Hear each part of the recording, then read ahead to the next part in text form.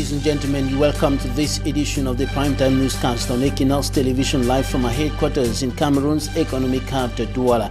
I am Bablet Jonathan. Public authorities in the Republic of Cameroon condemned with strong terms the alleged brutal killing of a woman in the Batibouin-Momo Division, northwest region of the Republic of Cameroon. Social media video indicates that the woman was buried alive, and accusing fingers, notably those of public authorities, are pointing towards separatist fighters in the crisis-hit northwest and southwest regions of the country. In the meantime, the inhabitants of Batibouin are yet to identify the victim and the scene of that incident. And the Cameroon Renaissance Movement (CRM) political party said it will not take part in the national dialogue announced by the President of the Republic if the president of that political party, other leaders and allies of the party, as well as militants who are jailed at the Kondengui maximum security prison in Yaoundé, are not set free. They have issued a memorandum concerning the upcoming national dialogue. Those were our top stories.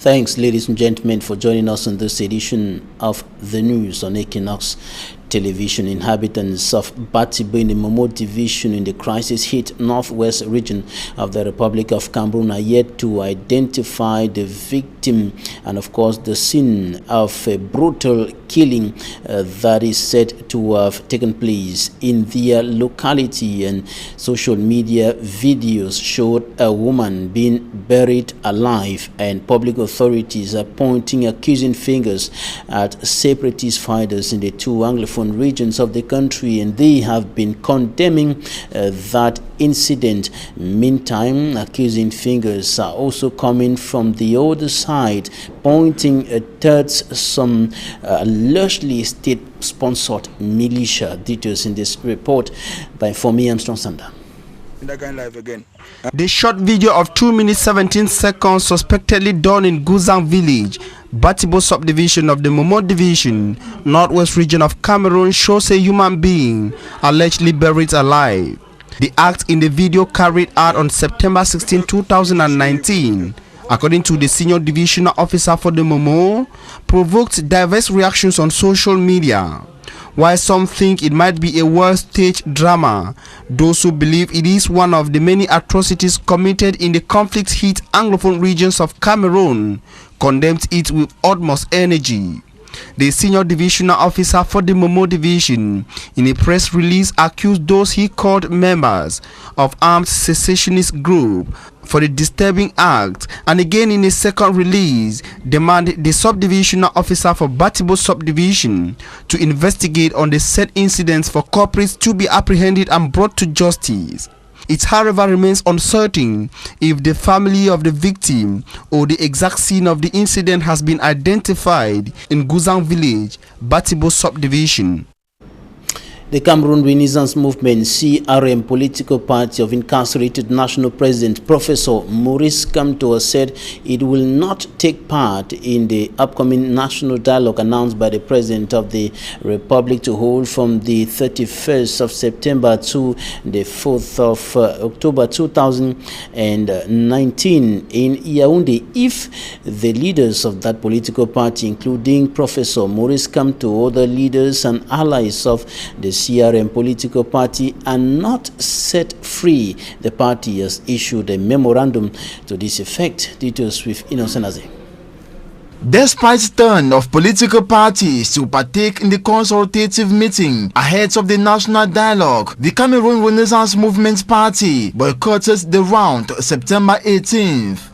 To the CRM, they cannot be part of any consultation and the national dialogue, while the national president, Professor Maurice Kamto, is still incarcerated in Kondengui alongside militants, supporters and sympathizers. In a memorandum bearing the signature of Professor Maurice Kamto, resolving the Anglophone crisis has and still remains at the center of the CRM's concerns since its creation. Reason why? The CRM has always supported initiatives of an inclusive dialogue and proposed solutions to be adopted by government to solve the socio-political impasse in the two English-speaking regions, like ceasefire negotiated with armed groups, establishment of the Disarmament, Demobilization and Reintegration Commission, emergency humanitarian and financial assistance for the return of displaced persons and refugees and their reintegration, establishment of a Truth, Justice and Reconciliation Commission, and above all, launch of an inclusive dialogue with support from the international community. With the dialogue announced by the head of state, the CRM indicates it had issued a statement expressing its concerns regarding the prerequisites for the success of the event, like establishment of a preparatory commission for the national dialogue with enough time and the suit composed of main protagonists of the crisis. That the direct involvement of defense and security forces on the one hand and the armed group on the other hand poses a particular problem in terms of political dialogue. A statement clarifies that the Republican Army is subjected to a political party and must therefore be represented by politicians, in this case the ministers concerned. The armed groups, the CRM says, must be represented by their political leaders. Regarding the agenda of the major dialogue, the CRM expects it goes beyond the crisis in the two English-speaking regions and expand to other issues of national importance. Kamto's party believes the question of the form of the state, reform of the electoral system, guarantee of respect for fundamental human rights and public freedoms, pledge of the independence of the judiciary, the protection of public wealth, and the diaspora status of civil nationality will permanently solve the problems Cameroon has been facing. This with mediation of a neutral personality with proven experience in conflict resolution and approved by both parties involved in the armed conflict. Shortly after the meeting that brought together officials of the Cameroon Renaissance Movement and the Prime Minister at the Star Building in Yaoundé, the Secretary General of the CRM political party, Barrister Christophe Andong, spoke to our reporters in Yaoundé. Take a listen. We are in fact really disappointed that Maurice Kamto is in prison, has not been released. He is presumed innocent and must or should take part in this debate. And so we are craving the indulgence of the powers that be that Professor Maurice Kamto has committed no crime and should not be where he is, and that he should be released, without which the head is sick. The party might likely not be party to this dialogue. We shall take part in the dialogue if Maurice Kamto is liberated. 1, is in the memo.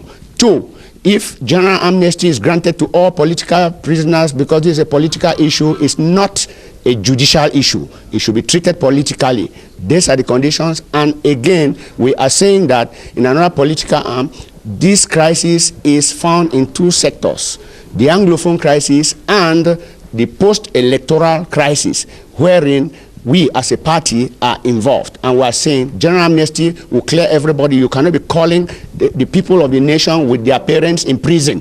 So for the head of state message to go through and this dialogue be sincere and inclusive, they should release everybody. We have general amnesty to release them. We have another method judicially by way of nolli prosequi to release all the political prisoners, and therefore Cameroon Renaissance Movement will be ready for the dialogue. These are the propositions we have made to the Prime Minister, with many others which he will read in the memo. And of course, we are saying that it is not good for a family where the head is not there, and you invite the children of the family to come and eat on a table when you have locked the father in prison. So for that reason, release the father, invite the father, the mother, the children, everybody, then we shall have a consensual dialogue, a dialogue that will include everybody. And in the same vein, civil society leaders in the Republic of Cameroon have been raising concerns with regards to the national dialogue convened by the President of the Republic and those who will take part in that meeting, and of course those who have already been convened for consultations by the Prime Minister, Chief Dr. Joseph John Gute, who has been receiving politicians and of course other persons within the framework of the ongoing consultations at the Star Building in Yaoundé. And today, some of the civil society leaders converged on the economic capital Douala to discuss and, of course, to aid their views with regards to the upcoming national dialogue. Barrister Alice Komboche of the Network of Human Rights Defenders in Central Africa, as well as officials of the CPP, including Frank Esi and the national president and the secretary of the PAP political party in charge of communication. I'm talking about the national president of the CPP, Jean Dennis, and of course Lena Fabrice were part of that meeting today here in the economic capital Douala. And Barrister Alice Kom spoke to Hemin Iluga shortly after that meeting. Because the way you organize this, the way the quality of person you are inviting can let you know about the efficiency of what you are doing. This is, I'm afraid that he's not sincere for that. Or the element I have doesn't permit us to expect something different. CPDM is invited as institution. You know, this is suspicious.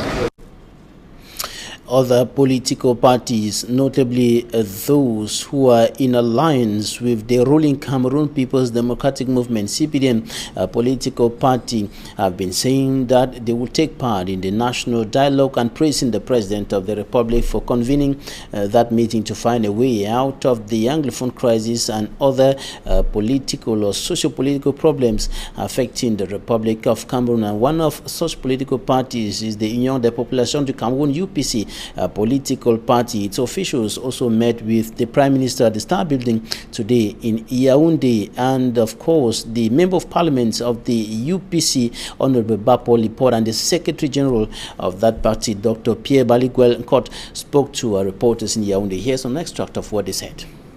We told to the Prime Minister that through our alliance between UPC and CPDM, we are going to support the head of state in this national dialogue program, and that we are very happy to know that he decided to organize this national dialogue by taking into consideration the fact that it is a problem concerning Cameroonian, and that we don't need any other countries coming here to give us some instruction without taking into consideration the fact that we are an independent nation.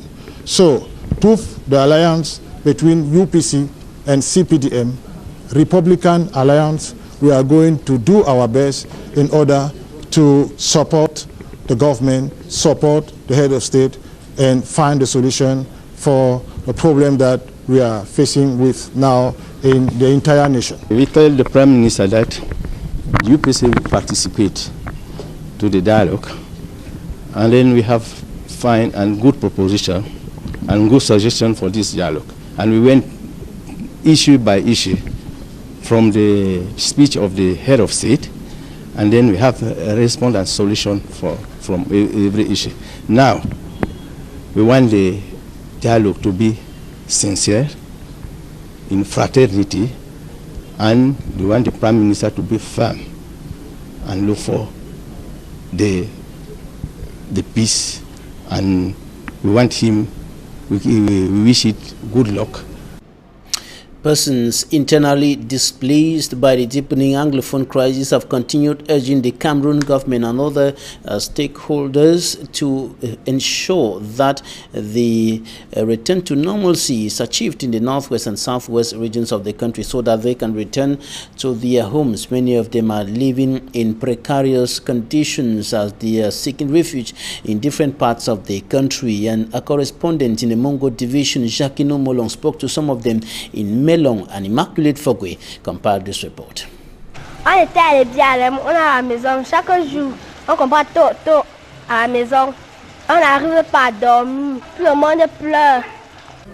An internally displaced kid living in Melong, Mongo division, Littoral region of Cameroon, recounting what she went through while living in the trouble-hit southwest region, precisely in Libialem. Getting the sound of gunshots in the conflict-hit northwest and southwest region is now a daily routine for those living in these regions. Due to the tense atmosphere, many of the inhabitants had to flee from these areas to safer regions. My name is Atem Kunkara. I come from Libialem in the war precisely. I ran from the Anglophone crisis and I come to Melong, and I don't have nowhere to stay. I don't have any person to pay my school fees. I am going to school in the Nandem Balungwa Nation and Primary School Melong. I don't have books. I don't have any school bags. I'll be putting my books in the sacks and motor, and I don't have nobody to pay my school fees. I don't have a house to stay. Me and my parents and my brothers, and I don't know what to do. Accommodation is one of the numerous problems encountered by these displaced persons, reason why the chief of Linalendem in Melong transformed his coffee factory located in Melong into an accommodation center for these displaced. Depuis 3 ans, les enfants n'ont pas fréquenté. For 3 years now, children have been unable to go to school. So, I decided to offer my coffee factory for these displaced coming from my area so that they can further their education.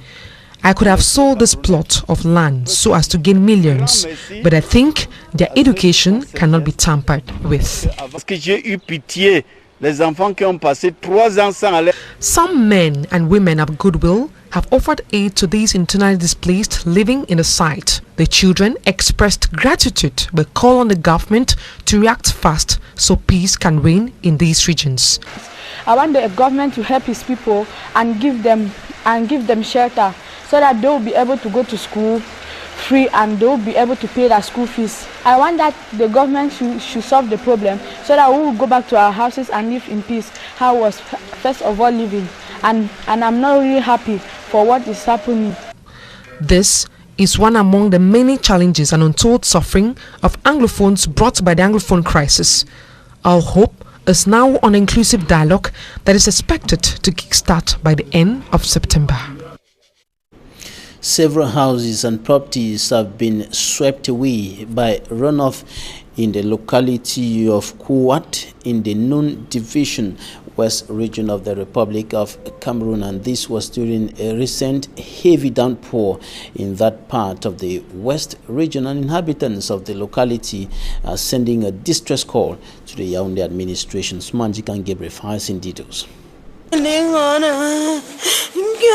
She is one of those who lost her residence and properties in Kuwat, a village in the Nun Division.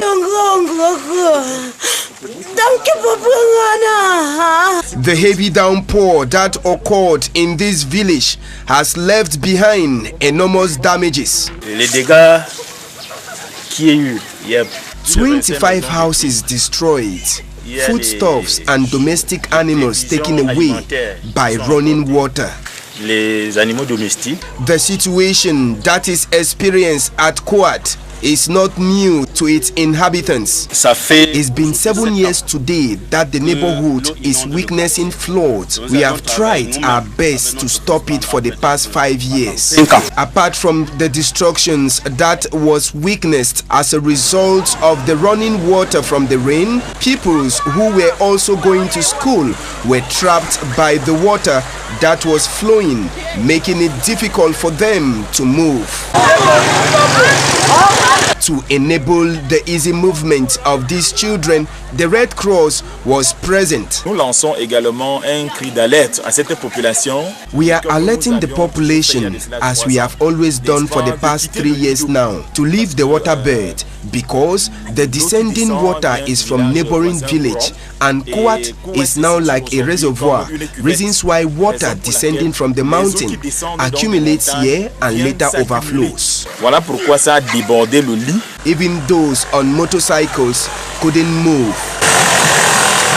With the rainy season already ending, it's high time the authorities jump into action to curb such ugly situation during the next rainy season. Talking Point is up next.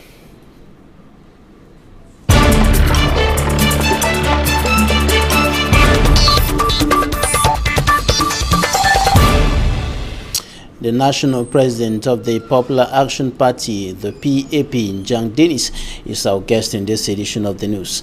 Good evening, sir. Good evening, Mr. Babila.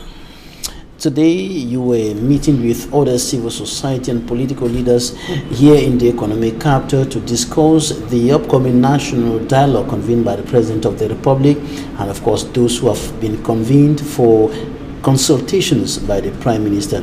And you are raising some concerns. What are those concerns? Well, thank you very much. The Popular Action Party is a member of the Citizens Front, and today we converge today at the economic capital, as you rightly said, at the CPP headquarters. It's an embodiment of many political parties and civil society organizations. So we listened with keen interest the speech by the President of the Republic, and we realized that there were some lapses and there's a lot of insincerity in what he actually said as far as the national dialogue, or let me say the Anglophone problem, is concerned. So in that light, we decided to sit and really come out with one voice in order to avoid a situation where we will go on the diverse or dispersed situations. So in what we discussed today was that we realized that Mr. Abia was not very sincere in what he said as far as the national dialogue is concerned, because we emphasized on some preconditions, that those preconditions needs to be met. If those preconditions are not met, then we realize that the speech he made about the national dialogue was more on to satisfy the aspirations or to deceive the international community, especially when it's at the moment where the United Nations General Assembly is at the corner. So why would the President of the Republic want to deceive the international community at the time when his citizens, the people he's governing, are dying both within the ranks of the military and the civilians? Yes, yes, because both the international both the national and international community has been vying for what we call an inclusive dialogue.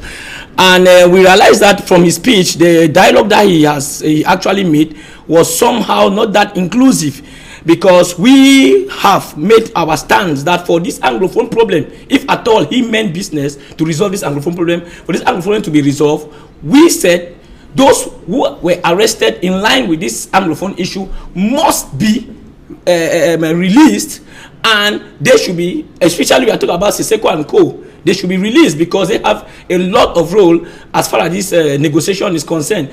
We also talked of Anglophone marginalization, and we realized that he just deceived the international community, because the Anglophone marginalization is not limited to appointments of the Prime Minister. Anglophones have been marginalized, and Anglophone problem is a constitutional problem, and Anglophones want a situation where we can have a constitutional right, not an appointive or a discretionary situation where he appoints who he fits to satisfy his whims and caprices. So that is why in our declaration today we talked about the form of the state needs to be adjusted or needs to be touched, because we hear him talking about decentralization, and for the past let me say 26 years, or let me say 26 years, or let me say since the inception of the unity state, which their slogan has been decentralization, nothing has changed. So the form of the state needs to be touched. All those who are in the diaspora must be given a general amnesty for them to come back. All those who have been arrested in line with the Anglophone crisis must be released. Talking about those who have been arrested, the CRM political party equally issued a memorandum today calling for the release of their national president, other leaders of the party and the allies, and of course the militants who are in jail today and other persons. But the President of the Republic indicated in his address to the nation that the fact that those people are in jail cannot hinder the dialogue. No, I think that is bad faith, because those who are in jail, anyway, you just made mention of Professor Maurice Kamto, because it was part of our declaration today, because we touched the post-electoral crisis. We said there can be no genuine dialogue when those who duly manifested their constitutional right are arrested. We talk about 100 people who were arrested in line with the manifestations or the march that Professor Maurice Kamto and the CRN organized. So we said all those needs to be released. And then the president made a statement to when I said he's there to deceive the international community, he cannot attribute all the atrocities, all the disaster that has been caused in both in the two English-speaking regions, and he solely attributed the blame on the separatists. No, I am from that region, and I know that, and I'm very, very convinced that the atrocities committed in the both English-speaking regions, cannot only be attributed to the separatists. We have situations where we have more than 200 villages that have been burned down, uncountable houses that have been destroyed, innocent civilians killed by the people in uniform. We are talking about the military. So if the president is really sincere on what he is talking about, a dialogue, I think he needs to come out with a situation where there must be something like an equilibrium, where he should not blame like the separatists are responsible or solely responsible for all the atrocities being committed in the two English-speaking regions. So that is why today we came out with some preconditions that if these issues are not met, I think Mr. Biya is not really sincere, especially when he went as far as you cannot be you cannot be the match organization. There cannot be a match, and at the same time you are the referee, you are the one appointing the match delegates, you are the one appointing almost all the match commissioner and everybody. I think that is not fair. So we talked of that there must be a mediator for this dialogue to be sincere, and we are calling on the third party, because I don't see why the Prime Minister should be the one to mediate, especially when it comes to the period where the Prime Minister himself has been in Northwest and Southwest for pre-consultations. At the end, where are the results of the pre-consultations? Why are you doubting the credibility of the Prime Minister? Is it that he is incompetent, or he cannot handle that position of leading the national dialogue simply because he belongs to the regime? Yes, because we are dealing with a regime where they believe in. We have witnessed situations where Mr. Biya has never. I want to recall that this Anglophone problem is dated since 1972, when the form of the state was changed from the Federal Republic to the unitary state, of which Anglophones have been crying, and Mr. Biya cannot pretend that he is totally innocent of the plight of the Anglophone. So why do you think the Prime Minister shouldn't be the person to lead this dialogue? Of course, this dialogue. I think if the Prime Minister was that eligible or competent enough to handle this issue, I think we had seen a situation where, while he was in Southwest for consultation and in Northwest for consultation,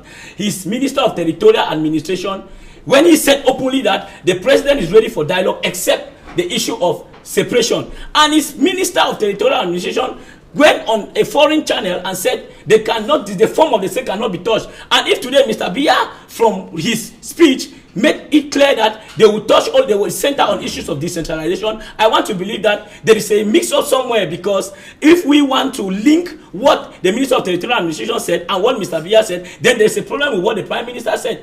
And what I want to maybe to end, what I would like to let your viewers know is that before this aspect of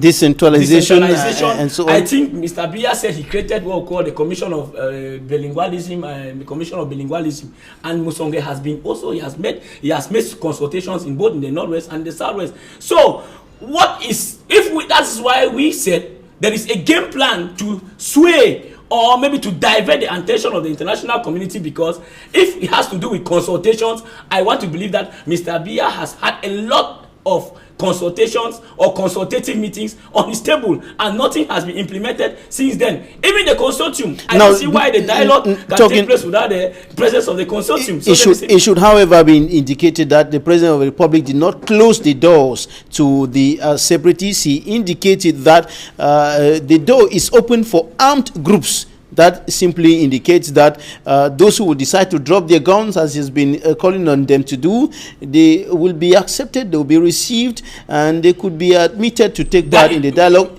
And referring to those abroad, he equally said those who will continue in the illegal trend, according to him, masterminding the happenings in the northwest and southwest regions of the country, will be punished. Mr. Babila, we have called for that. For a sincere dialogue to take place, there must be a ceasefire. All the atrocities being committed now, all the consequences that we are facing in both the northwest and the southwest, is as a result of the war declared by the president. And for a peaceful dialogue to take place, from all indications and from examples that we have seen in other war-torn countries, the president needs to declare a ceasefire. Because as I speak to you, there are still killings ongoing. I think that was 3 days ago in Mutengene. We saw innocent civilians slaughtered by the military. So it should, however, be indicated that it has been denied on several occasions that the President of the Republic never declared war. He never used those words, and then the military are not meant to kill the people, but they are there to protect the people and their territorial integrity. I believe these are comments that are often coming up from the authorities that be. Now, before we go, your comment on the most recent atrocity committed in Batibo, where we had videos of on social media a lady being buried alive, and this has been condemned by authorities, attributed to, who have been attributing it to the separatist fighters and so on. Anyway, I want to really, in strongest terms, condemn such act. It's just barbaric act. I would not really attribute to whichever group, because from what I read on social media and what I saw on social media, they have been accusing fingers on both sides. So, but whichever group is involved in such a barbaric act, I think I condemn it in strongest terms, and I really feel that if a proper investigation should be carried out, and those who are involved in such murderous acts should be brought to justice. But for now, I don't really know those who are actually involved in such act, because they have been accusing fingers. Some people say this is the stage by the government to give a black name to the separatists. They say at the same time, the separatists the government is pointing and accusing fingers on the separatists. So I think for now, I'll just wait to actually see how the investigation will be carried out for me to draw my conclusion. But we at the Popular Action Party, we really condemn such a barbaric act, and we it should, however, be indicated that the people of Batibo are still to identify the victim and the scene of the event. Dennis Njang, you are the national president of the Popular Action Party. Thanks for coming. Thank you very much. It's my pleasure, Mr. Babla Jonathan. Thanks, ladies and gentlemen, for staying with us. That's it for today.